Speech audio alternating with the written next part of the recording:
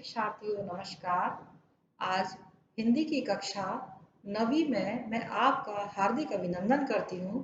मेरा परिचय इंदिरा रायकवार, उच्च श्रेणी शिक्षक, शासकीय नूतन सुभाष उच्चतर माध्यमिक विद्यालय से हूँ मैं।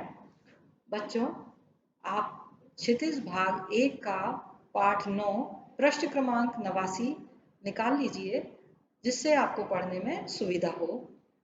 बच्चों, आपने पूर्व की कक्षाओं में कई कवियों के दोहे सुने होंगे, पढ़े होंगे, अंताक्षरी भी सुनी होगी। इसके लिए मैं आपको एक दोहा सुनाती हूँ और आप उसे पता लगाइए कि ये कौन से कवि का दोहा है। गुरु गोविंद दो खड़े, काके लागू पाए, बलिहारी गुरु आपकी, जो गोविंद दियो बताए कबीरा, गोविंद दियो बताए। जात न पूछो साधु की, पूछ लीजिए ज्ञान, मोल करो तलवार का, पड़ा रहने दो म्यान। तो बच्चों, आप जान गए होंगे कि मैं किस कवि की बात कर रही हूँ। हाँ बच्चों, मैं कबीरदास जी के बारे में बात कर रही हूँ। ये निर्गुण भक्ति धारा के प्रतिनिधि कवि हैं। बच्चों, पाठ शुरू करने से पहले हम कवि का साहित्यिक परिचय जान लेते हैं। कबीरदास जी का जन्म 1398 बनारस काशी में माना जाता है और इनकी मृत्यु 1518 से मगहर में मानी जाती है। परंतु कुछ पुस्तकों में संवत 1455 कबीरा काशी जान, 1575 मगहर कियो प्रयाण। कबीरदास जी की जन्म और मृत्यु को लेकर बड़ी किंवदंतियां हैं और हमारी ये नए पाठ्यक्रम की पुस्तक में सन 1398 दिया है, 1518। अतः हमें नई पुस्तक एनसीईआरटी के अनुसार ही याद रखना है और दोनों ही जन्म तिथियों के अनुसार कबीरदास जी ने 120 वर्ष का जीवन जिया है। कबीरदास जी ने कभी भी विधिवत शिक्षा प्राप्त नहीं की, परंतु ये संत थे। सत्संग, पर्यटन और अनुभव से इन्होंने बहुत कुछ सीखा और सीखने के साथ साथ समाज में व्याप्त जो कमियां थी, नीति शिक्षा को देने के लिए इन्होंने अपने दोहों में जन मानस को शिक्षा दी है। इनके काव्य का जो भाव है वो समाज सुधारक के रूप में है, गुरु की महिमा का महत्व के रूप में है। समाज सुधारक के रूप में इन्होंने बहुत काम किया और समाज में व्याप्त आडंबरों को इन्होंने दूर किया। इन्होंने कहा कि पाहन पूजे हरि मिले तो मैं पूजू पहाड़, ताते तो चाकी भली जो पीस खात संसार। या इसका तात्पर्य यह है कि कबीरदास जी कर्म के महत्व को जानते थे और धार्मिक पूजा पाठ को मस्जिद मंदिर में जो हम आडंबर करते हैं उसके वो घोर विरोधी थे।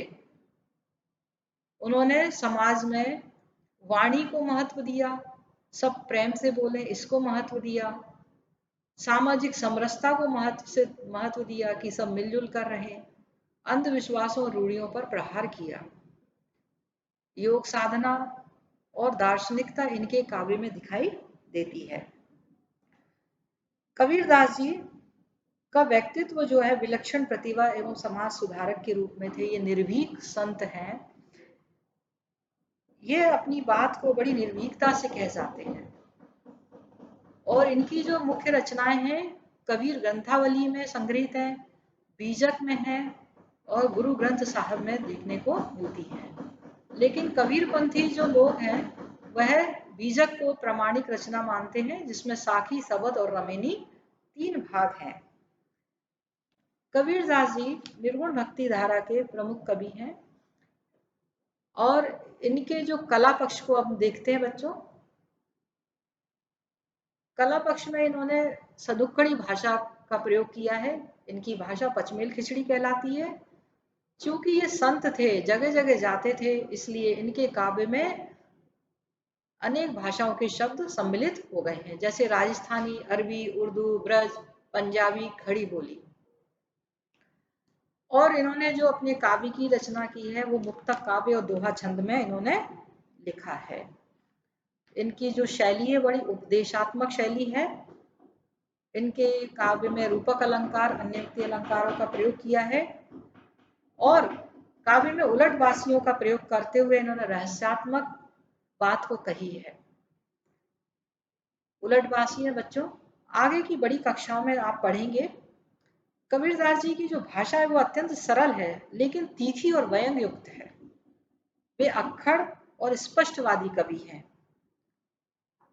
अपने जमाने में इन्होंने धर्म के को लेकर इतनी स्पष्ट बातें कही, ये अत्यंत निर्भीकता की बात है।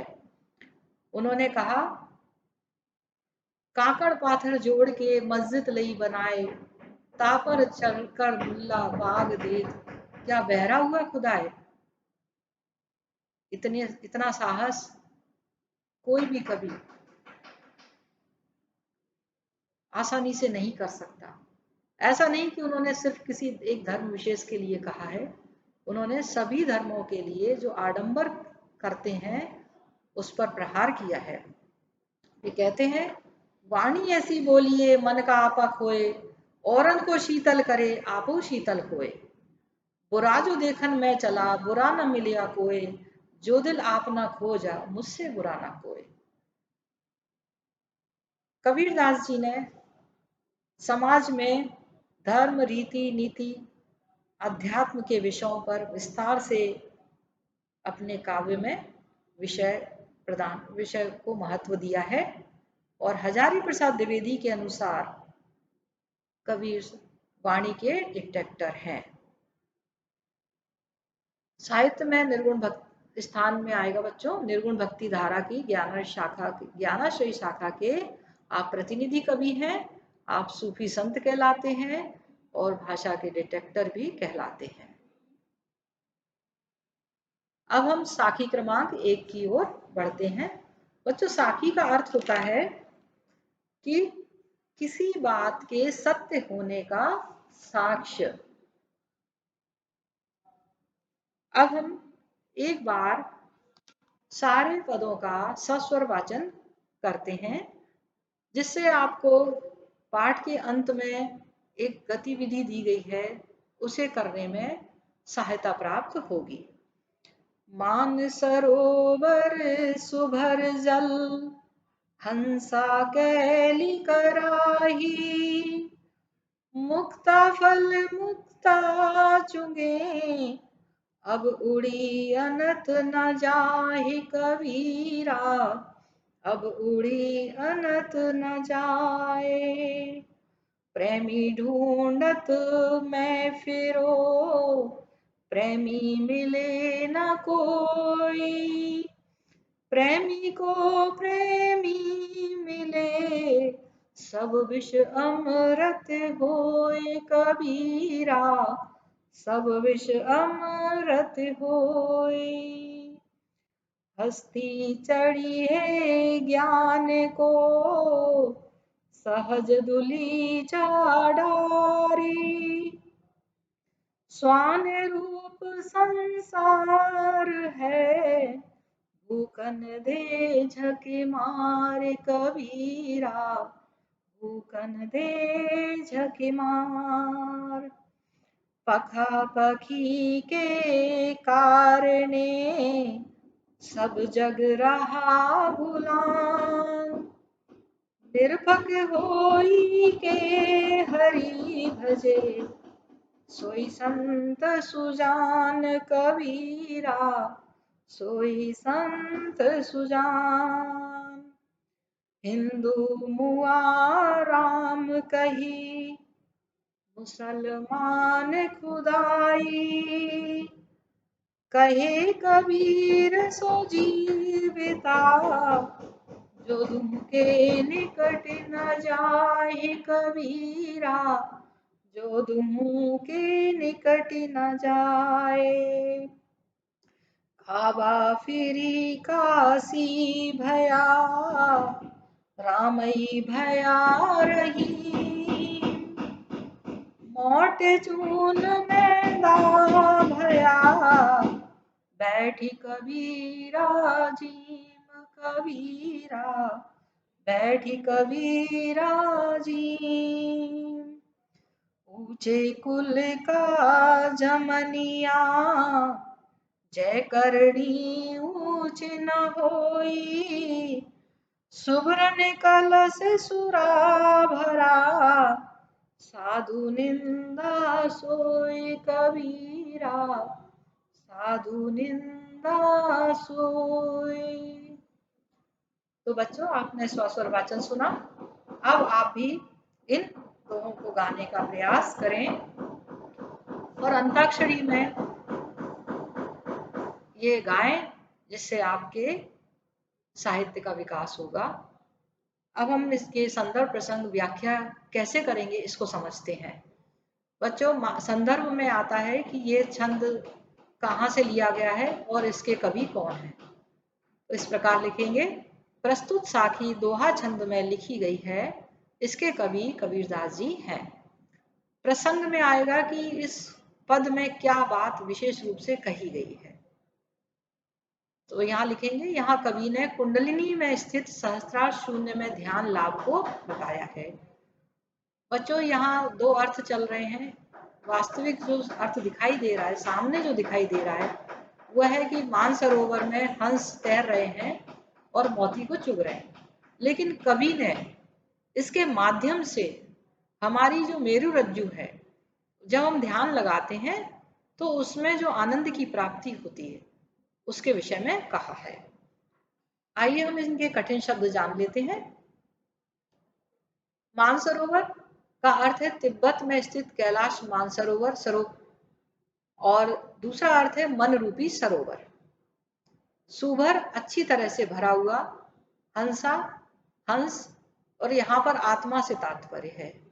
कैली का अर्थ है क्रीड़ा माने खेलना, कराही माने करना, मुक्ता फल माने मोती, और चुगे माने चुगना, अनत माने अन्यत्र। और एक शब्द मुक्ता और दिया हुआ है यहाँ पर, तो उसका अर्थ है स्वतंत्र रूप से।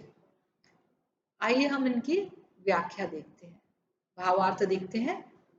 कबीरदास जी ने प्रस्तुत साखी में कहा है कि जिस प्रकार कैलाश पर्वत पर स्थित मानसरोवर झील में हंस दूर दूर से आकर उस आनंद को लेते हैं, वह स्वतंत्र रूप से विचरण करते हुए मोती चुगते हैं और आनंद उठाते हैं, उसी प्रकार आत्मा रूपी हंस मन रूपी सरोवर में परमात्मा रूपी अमृत से में डूबकर आनंद को प्राप्त कर रही है, उसमें वह क्रीड़ा करता है। बच्चों यहाँ पर उमे शब्द लिख गया है, वो टाइपिंग मिस्टेक हो चुकी है।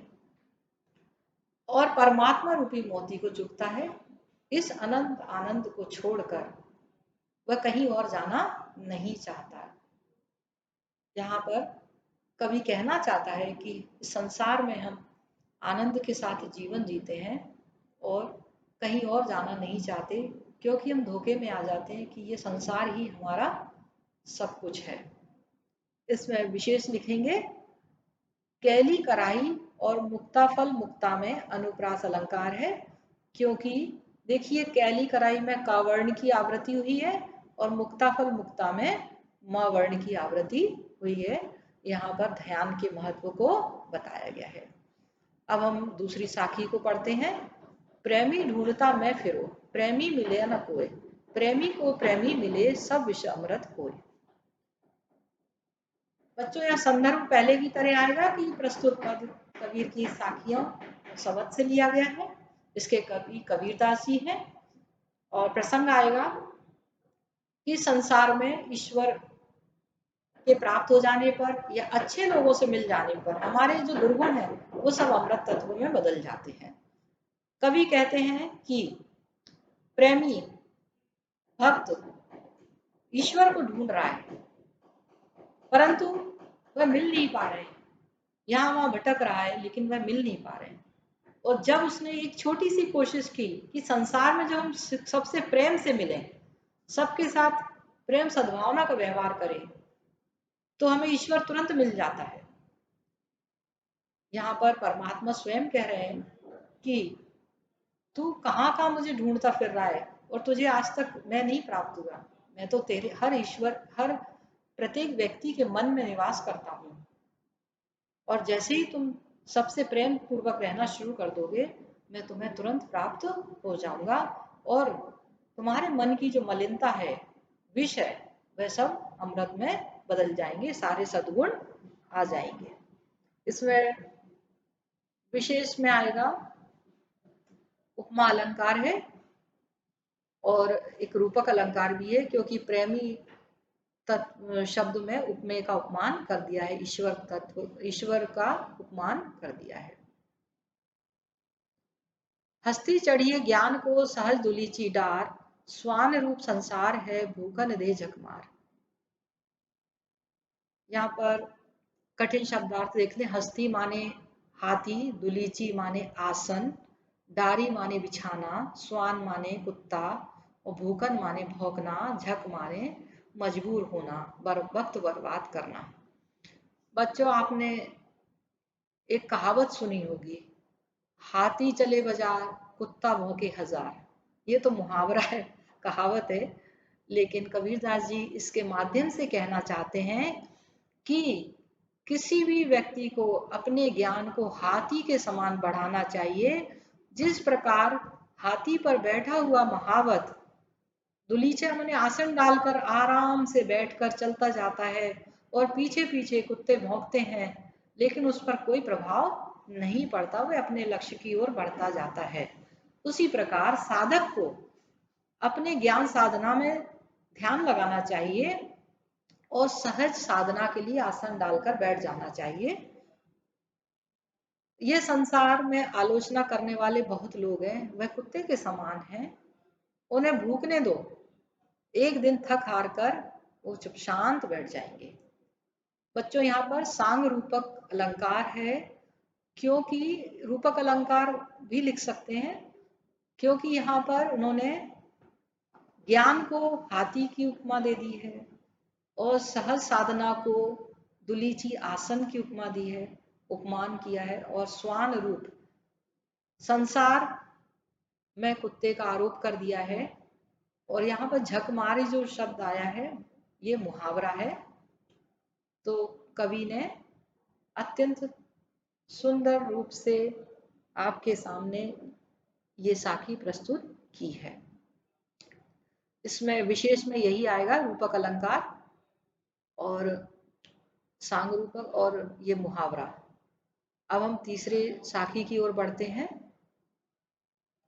पखा पखी के कारणे सब जग रहा बुलान, निरखक होई के हरि भजे सोई संत सुजान। यहाँ पखा पखी का अर्थ है पक्ष विपक्ष, भेदभाव। कारणे माने कारण, निरपक माने निष्पक्ष, और सुजान माने ज्ञानी। प्रसंग है कि कवि कहते हैं कि किसी भी मनुष्य को ईश्वर प्राप्ति या ज्ञान मार्ग पर चलने के लिए किसी भी धर्म में नहीं पड़ना चाहिए। पक्ष विपक्ष अर्थात अपने धर्म की बड़ाई और दूसरे के धर्म की निंदा नहीं करना चाहिए। ये सब भुलाकर जो आगे बढ़ता है वही संत ज्ञानी बनता है। व्याख्या में लिखेंगे, भावार्थ में ये लिखेंगे कि इस संसार में लोग पक्ष विपक्ष, अपने धर्म को श्रेष्ठ और दूसरे के धर्म को निकृष्ट बताते हैं, निंदा करते हैं। ऐसे लोग कभी ईश्वर को प्राप्त नहीं कर सकते। ये सब भुलाकर निरपक्ष होकर, निरपेक्ष होकर हरि का भजन जो करता है वही संत ज्ञानी बनता है। इसमें सोई संत सुजान में अनुप्रास अलंकार है, और हमें अध्यात्म की प्रेरणा दी है। हिंदू मुआ राम कही, मुसलमान खुदाई, कहे कबीर से जीविता, जो धू के निकट न जाई। हिंदू मुआ राम कही, मुसलमान खुदाई, कहे कबीर से जीविता, जो धू के निकट न जाई। यहाँ पर कठिन शब्दार्थ है। मुआ माने व्यक्ति, खुदाई माने खुदा, दूह माने दोनों के, निकट माने पास। संदर्भ है प्रस्तुत पंक्तियां कबीरदास जी द्वारा रचित हैं। प्रसंग आएगा कि हिंदू मुस्लिम धर्म से दूर जाकर मनुष्यता का धर्म अपनाने की प्रेरणा दी है। कबीरदास जी कहते हैं कि हिंदू व्यक्ति राम राम जपता है, मुसलमान खुदा जपता है, परंतु कबीरदास जी कहते हैं कि दोनों को ही ईश्वर प्राप्त नहीं होते, दोनों एक दूसरे से भेदभाव रखते हैं, जबकि जीवित व्यक्ति वही है जो स्वयं को दोनों धर्मों से दूर रखता है और मनुष्य धर्म को मानता है।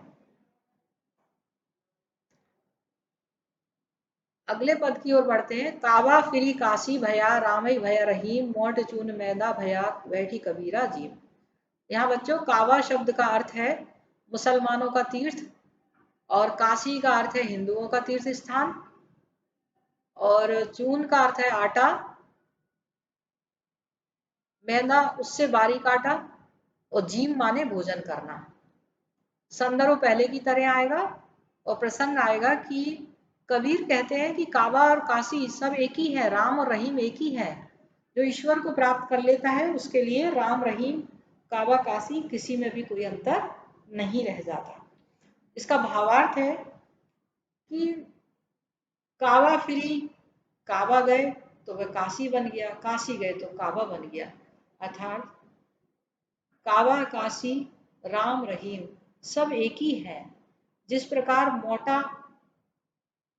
अनाज पिसता है तो वह आटा बन जाता है, मैदा बन जाता है, जिसे बैठकर हम सब खाते हैं, भोजन करते हैं।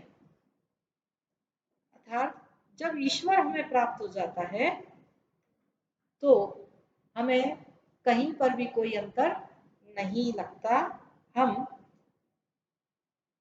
मिलजुल कर रहते हैं और आनंद को प्राप्त करते हैं। बच्चों इसमें विशेष लिखेंगे कि कबीरदास जी ने यहाँ पर रूपक अलंकार का प्रयोग किया है, भाषा सरल सुबोध है। अब हम अगले पद की ओर चलते हैं। ऊंचे कुल का जमनिया, जो करनी ऊंच न होए, सुवरन कलश सुरा भरा, साधु निंदा सोई।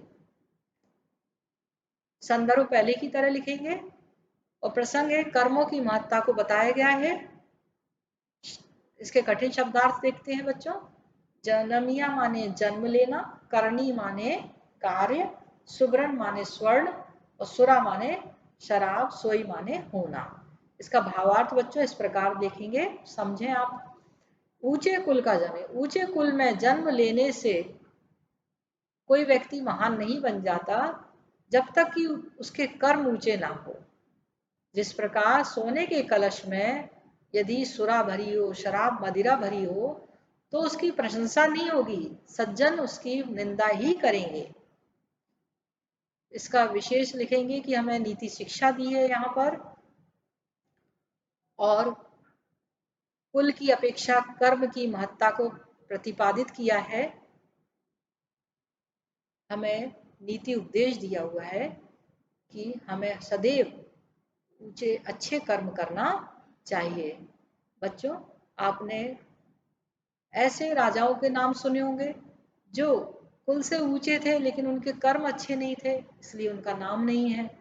और कई ऐसे राजा हैं जिन्होंने अच्छे कुल में जन्म लिया और महान कार्मिक काम किए, इसलिए उनका नाम है।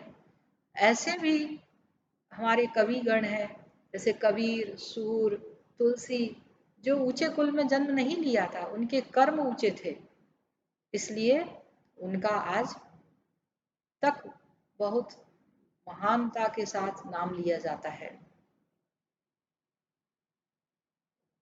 अब हम पढ़ेंगे सबद पद। सबद का अर्थ होता है पद। मोको कहाँ ढूंढे बंदे, मैं तो तेरे पास में, ना मैं देवल ना मैं मस्जिद, ना कावे कैलाश में, ना तो कौने क्रिया कर्म में, नहीं योग वैराग में, खोजी होए तो तुरते मिले हो, पल भर की तलाश में, कहे कबीर सुनो भाई साधु सब श्वासों की श्वास में। इसका संदर्भ प्रस्तुत पद शब्द कबीरदास जी द्वारा रचित है। प्रसंग है कि हम ईश्वर को मंदिर मस्जिद कावे कैलाश में ढूंढते हैं, धार्मिक आडंबरों में ढूंढते हैं, योग वैराग में ढूंढते हैं और कहीं पर भी वह प्राप्त नहीं होते हैं। वह तो सब श्वासों की श्वास में ही है। भावार्थ लिखेंगे कि प्रभु कहते हैं, निराकार ब्रह्म कहते हैं कि मुझको तुम कहाँ ढूंढ रहे हो हे मनुष्य, तुम मुझे कहाँ ढूंढ रहे हो, मैं तो तुम्हारे ही पास में हूं। ना मैं देवल में, देवल का अर्थ है मंदिर और मस्जिद तो आप जानते ही हैं, मस्जिद मैं ना तो मैं देवालय में हूं, ना मस्जिद में हूं, ना कावा में हूं और ना कैलाश पर्वत पे हूं। ना ही मैं किसी क्रिया कर्म में हूं, बलि दान हवन पूजन इत्यादि क्रिया कर्म में नहीं हूं, ना ही मैं योग में हूं, ना बैरागी बनने में हूं। तुम मुझे खोजना चाहो तो मैं पल भर की तलाश में मिल सकता हूं। कबीरदास जी कहते हैं सुनो भाई साधु, मैं ईश्वर तो सब लोगों की सांसों में बसता है, हर प्राणी की सांसों में बसता है। अगर तुम प्रेम से सच्चे दिल से मुझे खोजने का प्रयास करो तो मैं पल भर की तलाश में तुमको मिल जाऊंगा।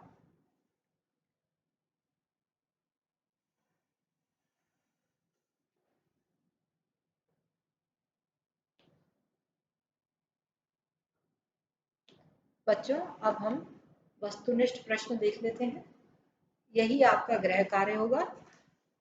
काबा और रहीम किसके प्रतीक हैं? दूसरा प्रश्न है मनुष्य की श्रेष्ठता किसके कारण होती है? तीसरा प्रश्न है साधु लोग सोने के कलश की निंदा क्यों करते हैं? आपको ये प्रश्न अपनी कॉपी में लिखना है बच्चों, और किताब से इनके उत्तर छांटकर लिखना है। किसके नष्ट होने से राम और रहीम में अंतर नहीं रह जाता? सदुक्कड़ी भाषा किस कवि की कही जाती है? कबीर ने मनुष्य को किन कर्मों से बचने की प्रेरणा दी है? परमात्मा को पाने के लिए क्या होना आवश्यक है? कबीर के अनुसार हर एक व्यक्ति के मन में कौन व्याप्त है? किसकी आंधी आने से भक्त के मन का भ्रम दूर हो जाता है? किसे अपनाने से सांसारिक विकार दूर हो जाते हैं? और कबीर के दोहे में किस ज्ञान को महत्व दिया गया है? तो बच्चों मैं आशा करती हूँ कि आपने ये कबीर की साखियाँ और शब्द अच्छे से समझे होंगे और समझ आया होगा आपको। अगर कोई दिक्कत आती है आपको तो अपने विषय शिक्षक से संपर्क करें और इन पदों के माध्यम से वस्तुनिष्ठ प्रश्नों को हल करने का प्रयास करें। अगली कक्षा में पुनः मिलेंगे, इसके भाग 2 को हम आगे पढ़ेंगे। तब तक के लिए धन्यवाद।